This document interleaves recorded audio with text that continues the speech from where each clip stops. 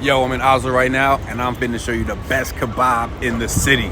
And I don't want to hear nothing about how it's not the best kebab in the city, because it is. And if you don't say so, you're a liar. Look, it's right over here. Now, it's been a while since I've been there, so I gotta see if it's still there. But you can't argue with me because it's facts. Facts. Oh. Oh no. Are they open? Are they closed? No way, it closed. It closed down completely. It didn't move, it closed. This was the one, though. This was the one.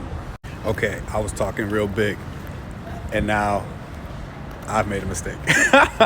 I need the people of Oslo to tell me now which kebab shop is the second best to that one, which was the best. I don't know why they closed. If you know why they closed, somebody tell me.